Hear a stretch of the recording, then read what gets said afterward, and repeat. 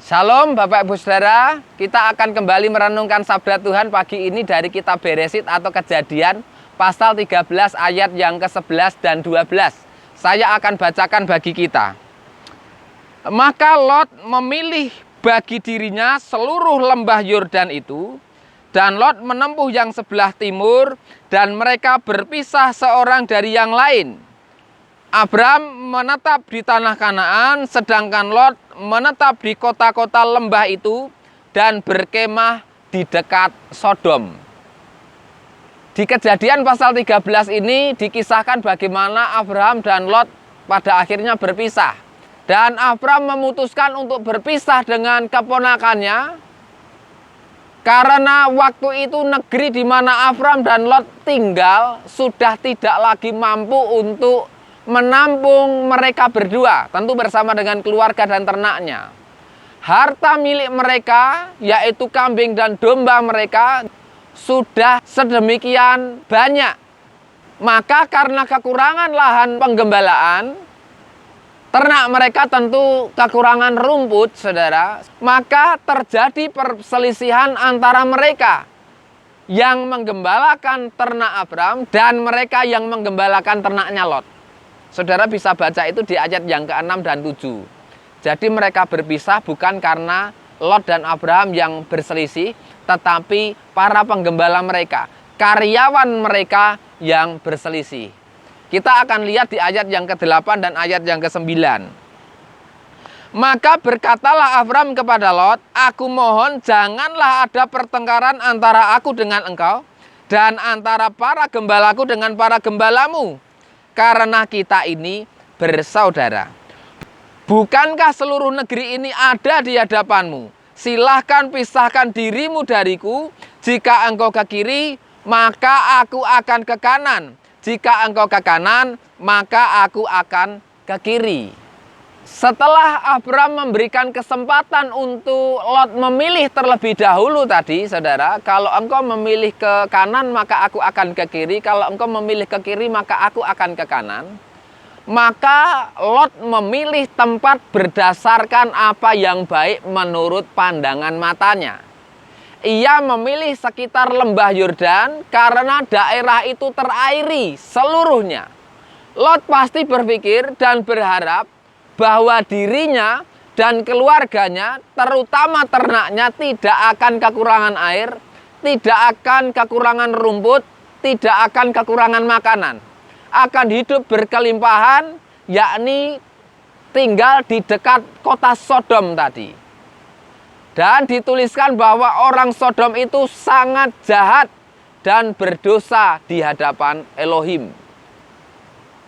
Kalau kita membaca ayat-ayat tadi, Bapak Ibu, kita melihat bagaimana Abraham itu orang yang bijaksana.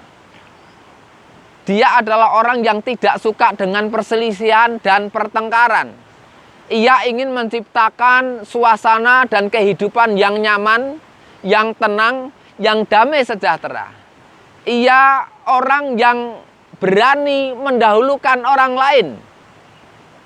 Ia bukan orang yang egois, yang mendahulukan kepentingan dirinya sendiri. Saya yakin Bapak Ibu Saudara, ketika dia memberikan kesempatan kepada Lot untuk memilih terlebih dahulu, yang diutamakan di dalam kehidupan Abram adalah iman. Saya yakin yang paling penting di dalam hidupnya adalah pimpinan dan penyertaan serta pemeliharaan Tuhan di dalam hidupnya. Dia tidak melihat dengan apa yang dia lihat secara mata jasmani, berbeda dengan yang dilihat oleh Lot keponakannya. Maka saudara, kita akan melihat berikutnya apa kata Tuhan kepada Abraham setelah keputusan itu, saudara. Setelah keputusan diambil oleh mereka berdua.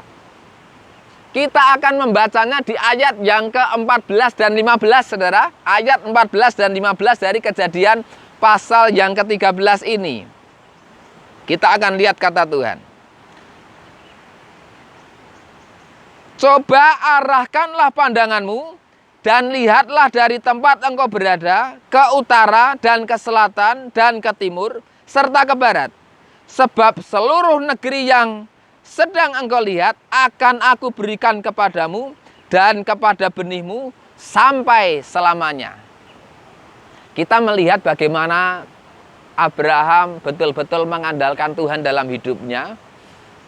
Dia tidak memandang dengan mata jasmani, berbeda dengan Lot keponakannya.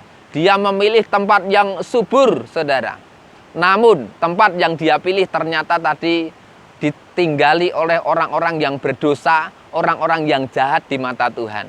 Dan ketika Abraham sudah memberikan pilihan, lebih mengalah daripada memutuskan terlebih dahulu.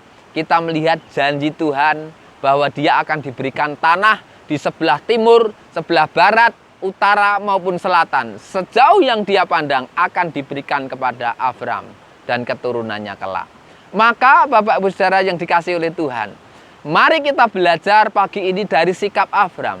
Jadilah orang yang mencintai dan mengupayakan damai sejahtera di dalam hidup kita ini.